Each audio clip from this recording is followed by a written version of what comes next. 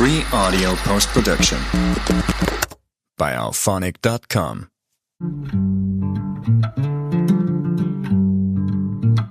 Welcome to Take It from the Ironwoman. My name is Susanne Müller, your host and the Ironwoman. This podcast is about empowering yourself and others to make real changes in the world.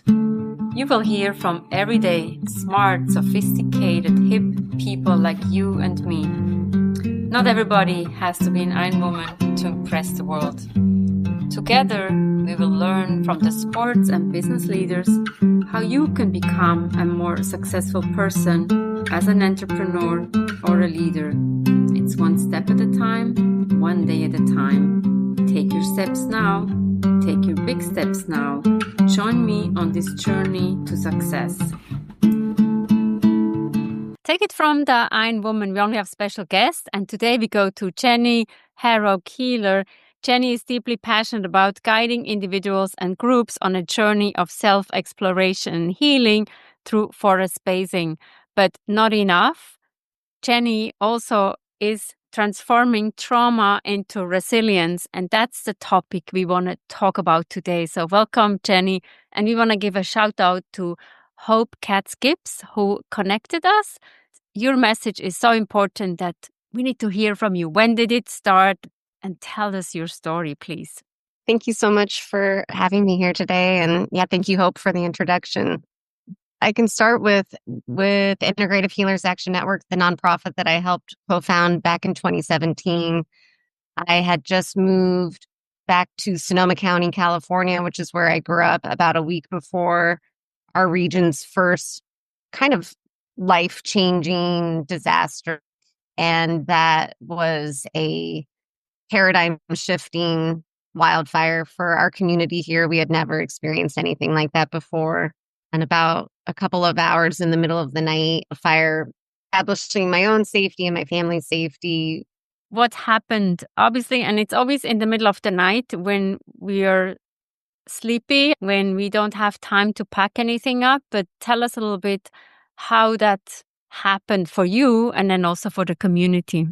The fire happened in the middle of the night, like you said. And so after the first few days of the fire, after I was able to establish that where I was living and was safe and we were not in threat, I started going to the shelters, the evacuation shelters, to go volunteer just to have some sort of meaning and purpose. Our community had never seen anything like that before. The whole sky was black. There was smoke everywhere. Losing 5,000 homes in a couple of hours was just completely devastating for the community. And we're a pretty small, tight-knit community. Sonoma County is about an hour north of San Francisco.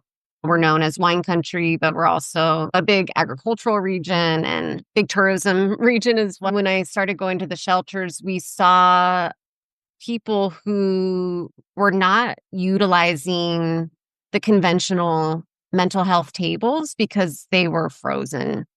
They were in that state of freeze, that shock from being thrust from their home in the middle of the night and losing everything in a matter of moments. And so myself and my co-founder, who's a naturopathic doctor, her name is Dr. Jen Regal, we asked the shelter managers if we could bring our friends and colleagues in to set up some pop-up clinics, things like acupuncture, massage therapy, naturopathic medicine, other things like that fall under the integrative health and medicine category, where we're focused on supporting people through a more somatic nervous system approach around helping people feel as safe as they can in an otherwise pretty traumatic and not safe situation, working with them through the body to start to just support the nervous system to come out of that freeze state. And then it grew pretty quickly. Within a few days, someone had started a Facebook group, and a couple of thousand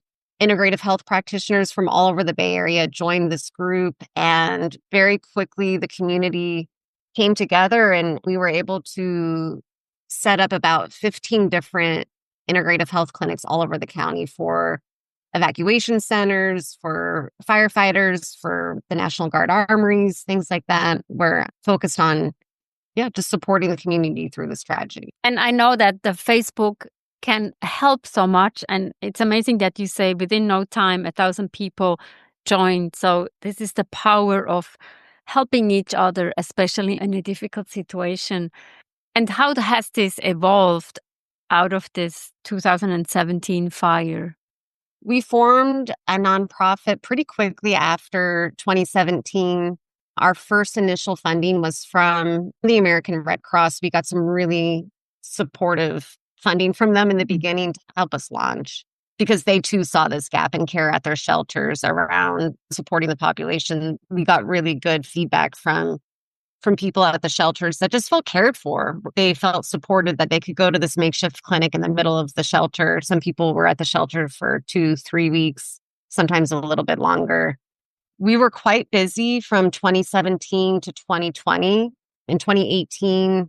So that was right after our big fire, the Tubbs fire, which at the time was the most destructive wildfire in California's history. And then in 2018, unfortunately, that was surpassed by the Camp Fire up in Butte County. The town of Paradise was completely destroyed by this wildfire that took about 18,000 homes.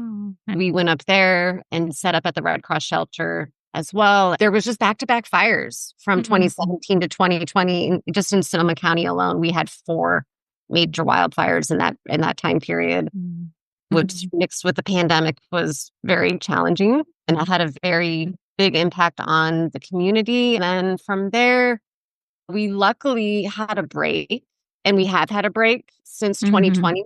Our region hasn't had a major wildfire since the fall of 2020. And so we've been able to shift into more work around long-term recovery, especially with firefighters. Our network of providers, we have a lot of folks who specialize in environmental health and medicine. And so again, we saw this gap in care around supporting first responders after, unfortunately, like we were talking about earlier, after we learned this from 9/11, that when buildings burn, first responders get very, very sick. We work with providers that can do toxicology testing and take first responders through very safe and simple protocols to start to naturally detoxify the body after such an exposure like that. So from 2020 up until about 6 months ago, that's been the bulk of our work, is supporting firefighters in our region through these different integrative wellness modalities. And then in January of this year, we officially expanded to Southern California because of the LA fires that happened. Oh, thank you so much for all the great work you're doing. Tell us, how would a day look like? You go to LA or you help in the Northern California. The people come to you and then you assess what they need, or what is the offering? Why I'm asking this is because on the website you can also donate. You have corporate sponsorships. How can people be involved? Tell us a little bit more what you do for the people. During an active fire, so we can use LA as an example, since that's our most recent incident, we will set up integrative health clinics at spaces where either an evacuation center or a first responder base camp. For LA, we set up a clinic at the Rose Bowl, which was a major first responder base camp. These clinics are very pop-up. They're usually outside. If we're in a shelter, then sometimes we can be inside. But in the case of the Rose Bowl, we were outside, and we get a pop-up tents, and we have our network of volunteers bring their own massage tables. We get a lot of donations for different types of supplements that our doctors can start to give to people, things that support respiratory health or stress, of course, is a big one. At both the shelters and the first responder base camps, things like sleep are very, very challenging for folks. And so we can give herbs and other supplements to support sleep, to support the nervous system through acute stress and trauma. We work with an organization called Acupuncturists Without Borders, which is an incredible organization that brings acupuncturists to disaster spaces or war zones. At the Rose Bowl, we had a clinic in which, at one time we probably had 25 to 30 volunteers giving different types of treatments out, and everything's free. We don't charge for any of our services if we're at a base camp or an evacuation center. For the first responders who were there, they could come up And we kind of talk about it as occupational therapy, like for first responders, thinking of it as a professional athlete. You get hurt while you're on the job, you run off the field real quick and get a little bit of adjustment, whether it's to their physical body or anything like that. Firefighters, especially when a big incident like the Eaton or Palisades fire happens, they're deployed for about 2 weeks. They're out there on the line for 12, 14 hours a day in very extreme conditions. So when they get back to the base camp, they are physically exhausted, emotionally exhausted, and then their bodies usually sustain some sort of injury. So we can have our physical therapists or massage therapists, acupuncturists support any sort of physical pain or things like that. And then our network of naturopathic doctors focuses on the environmental health and medicine piece. We're doing breathing treatments called using nebulizers with a natural antioxidant called glutathione that helps target the lungs to start to expel the lungs, any sort of toxic exposure that they have so that they can start coughing less and start getting the gunk out of their lungs from this type of exposure. We found that early intervention and treatment for environmental toxicities is pretty crucial for first responders. Sometimes when you go into such a disaster area, you just want to help, but you also need to take care of yourself. You said they work 10, 15 hours, but then they also need to sleep to make sure that they are ready for the next day when they can help others. So this is really important. It's something that gets forgotten about, honestly. First responders and firefighters are some of the most giving, generous, heart-centered people I've ever met. They are so focused on service and saving people's lives and saving homes that they can oftentimes forget about themselves. And so they know the risks of their job, both just being on the line or being exposed to things like that, and the long-term risks that it carries. Firefighters, unfortunately, have one of the highest rates of developing cancer out of all the professions, and they have, unfortunately, a high suicide rate as well because of the emotional and mental toll of these jobs. You think of first responders and firefighters are showing up to someone's worst day every day. Yeah, every day. Yeah. And it adds up for them to be able to take an hour while they're back at the base camp to tend to their physical health, to tend to their emotional and mental health. It's all connected. That's our integrative approach, is to support the body and the mind and the emotional state as well. And then after we do this type of more acute support, we will move into a more post-acute and then long-term recovery. In the case of LA, after we left the Rose Bowl, which we delivered a little over 1,000 treatments in 2.5 days, the word got out to the fire departments who were front on the line in Pasadena and in the Palisades, and they asked us to come back. And so we went back to LA every weekend from the middle of January till the end of March, because how do I say this?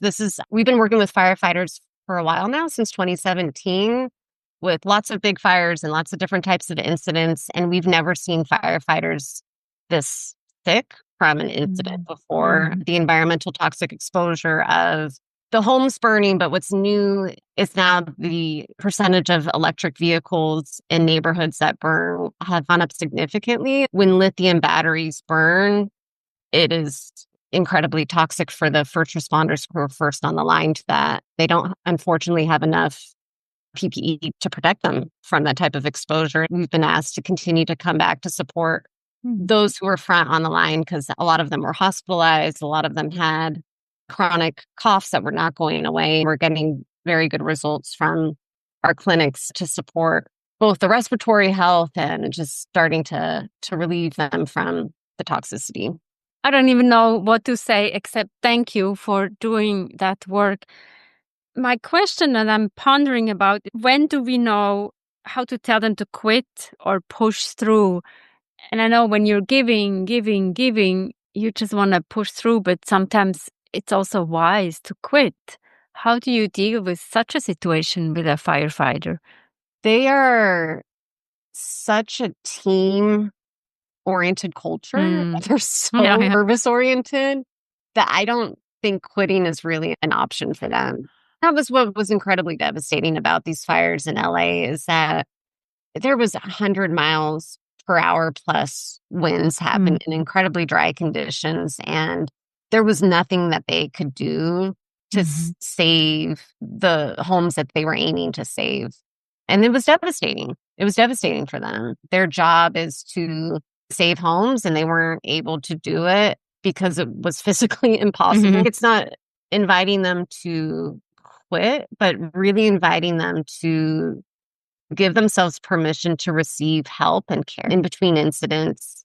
That's where we do a lot of education and training around how they can support their body around the environmental toxic exposure, about the mental health piece from the stress and trauma of their jobs, that there are things that they can start to do to take care of themselves in between incidents, because they will always show up.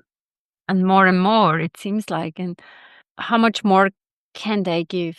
So now I would like to turn the focus a little bit on you. It seems like you're giving. How do you rejuvenate? Because it's also toxic on you to give all the time. Yeah, no, thanks for asking that. I learned the hard way. What's needed. I said earlier, from 2017 to 2020, our community experienced 4 major wildfires, and then the COVID pandemic in the mix of all of that. And I wasn't taking breaks, and I was really pushing myself probably a little too much. I burnt out completely. I had to give myself a little bit of a break. And that's where my other work that you mentioned earlier around forest bathing is incredibly helpful, because nature is one of the most effective ways for me to take care of my mental health, my physical health, all of it. I'm grateful for my work with forest bathing. I practice on my own regularly because combining mindfulness and meditation with connecting with nature and tapping into all of the naturally very healing benefits of being outdoors. That's one of the things I love most about living where I live in Sonoma County, is we have so much access to wild open spaces, whether it's the redwoods or the Pacific Ocean, these different, just the river. I just got back about an hour ago from an overnight in the redwoods where I got to stay in a yurt at the top of the redwood trees, zip lining in and zip lining out. That really is a huge part of taking care of myself, is giving myself permission to slow down and take breaks and fill my own cup. And yeah, spending time in nature is a big one. Please do so, because you're giving so much to others. So you also have to take care of yourself. I'm reluctant to ask the question, what's next? Because we don't want to kind of like envision another fire, but what is next for you? Yeah, thanks for that question. We are always preparing for another wildfire. That's with the climate crisis. It's just unfortunately a part of our reality now in California and along the West Coast, and in every part of the world has this increasing frequency and severity of natural disasters and climate disasters. Our mission as an organization is to help transform trauma into resilience for communities affected by climate disasters, coming together as a community and supporting each other and offering, in the instance that we're doing, different healing modalities to support the trauma and to support the environmental exposure. It gives us, as the folks behind the scenes and all of our volunteers, meaning and purpose during an otherwise very stressful situation. The way that we're preparing is to take breaks in between, like you asked. That's crucial to fill up our own cup. And then we're preparing by always looking for more volunteers, which can range from, if you're a licensed integrative health practitioner or not. A big part of our clinics is, in addition to all the different providers that we work with, is folks who can help fill in the gaps around clinic coordinating and administrative work. We really encourage people to register to volunteer with us in what we call our blue sky times, so that what we ask our volunteers to go through our online trauma-informed training that's specific to disasters, because that's a crucial part to showing up in that do no harm way, knowing that people are going through an incredibly traumatic incident. we teach our volunteers to, one, support themselves, supporting their own nervous system so that they're not unknowingly passing on any of their own trauma that they may be experiencing from the disaster. That's something that's called secondary or vicarious trauma. We really emphasize that in our trainings around taking care of themselves, listening to their own needs. If they're not feeling regulated, then it's probably best not to show up to the front lines of the disaster. Recruiting new volunteers, training new volunteers. We're always looking for partners around funding or other types of donations. Everything that we do is free for the people that we offer the services for. Anyone who's interested in our mission and wants to be a part of that, helping make that possible. All the work that it takes to put this together behind the scenes is pretty crucial. We work with a lot of different companies who will donate different types of things like supplements or other medical supplies that are pretty crucial for our clinics to run as effectively as they do. Lots of different ways to get involved, and then spreading the word is really helpful too. I mean, that was a part of how we were able to pull off such a successful mission in Los Angeles. We're not from there. We've never run a deployment in Southern California before, but through word of mouth and through other things like that, just sharing our mission and seeing if other like-minded folks are interested in getting involved is the big way to help spread this in a more grassroots way. Yeah. That's why we're here, to spread the message and just making sure. And I like what you said. So you're training the volunteers, and we need all kind of different volunteers. So hopefully the listeners can go to the website. We have it in the show notes, and volunteer. And I'm wondering, so you said you and a co-founder, how many people of staff do you have, or is it all voluntary based? It's mostly volunteer. Okay. Volunteer run. We have, myself included, just a few part-time staff. We're definitely a volunteer-driven organization, which is really a testament to the people who are committed to this mission and helping make all of this work possible. It always blows my mind, the folks that make this work possible. Again, as I said, I can only say thank you, but thank you also for giving us some glimpse into what you're doing and how many people that you're helping. And I hope with that podcast, we can also help you and help others to raise the awareness. And hopefully we don't have too many more fires to put out there, and we can help others with their healing, with the offerings that you have. So thank you so much, Jenny, and I wish you good luck. Oh, thank you, Suzanne. I'm really grateful for this opportunity to share our work with you and your audience, and I really appreciate this conversation. Yeah, thank you so much. Please check their website and sign up as a volunteer. Anybody can donate their time, anybody can donate and be part of this, because when we're supporting others, we're also feeling much better. Take it from the Ironwoman. We have episodes every Monday. Come and join us. We have fantastic guests who make a difference in this world. And Take It from the Ironwoman is also the book Global Business Coaching with Sports Parallels. Download it or get it in your local bookstore. And also like and subscribe to the Take It from the Ironwoman podcast, where you are listening to this podcast now. Thank you, and we'll see you next time. Bye-bye.